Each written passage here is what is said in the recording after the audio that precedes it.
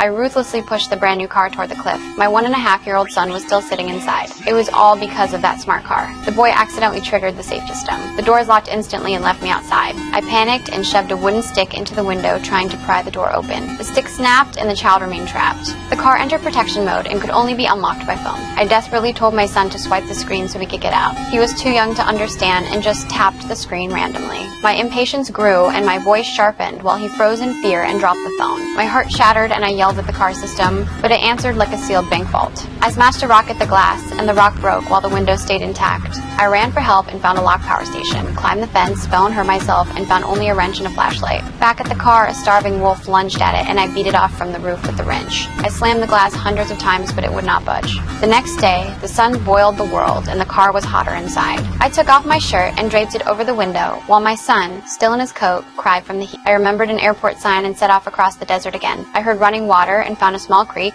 but the water was bitter and undrinkable. I found a wrecked plane with nothing but whiskey bottles and an empty drum, and I sat by the window feeling hopeless. I saw a pile of kindling under the plane and set a tire on fire, hoping the smoke would bring help, but I had no time to wait. I took some water and raced back, only to find my son fainting from the heat. I poured water over the roof to cool it and fanned smoke into the intake, hoping the system would open the doors. The external circulation shut down and the interior got even hotter. I smashed the car in a breakdown of panic and saw my son's head droop and his face flush. Then his finger moved slightly and I felt a rush of hope. A wild dog suddenly attacked. I crawled under the car and the dog bit my calf, and I finally shook it off only to have it start eating a dead deer. I shoved the deer away and the car lost support and began sliding backward. I threw my body against it, but I could not stop it from rolling toward the cliff. A rock caught the wheel and the car stopped, and I exhaled a shaky breath, looking at my unconscious son inside. I knew that if the doors stayed closed, he would die. I turned toward the cliff and made my final decision. I had to push the car over the cliff.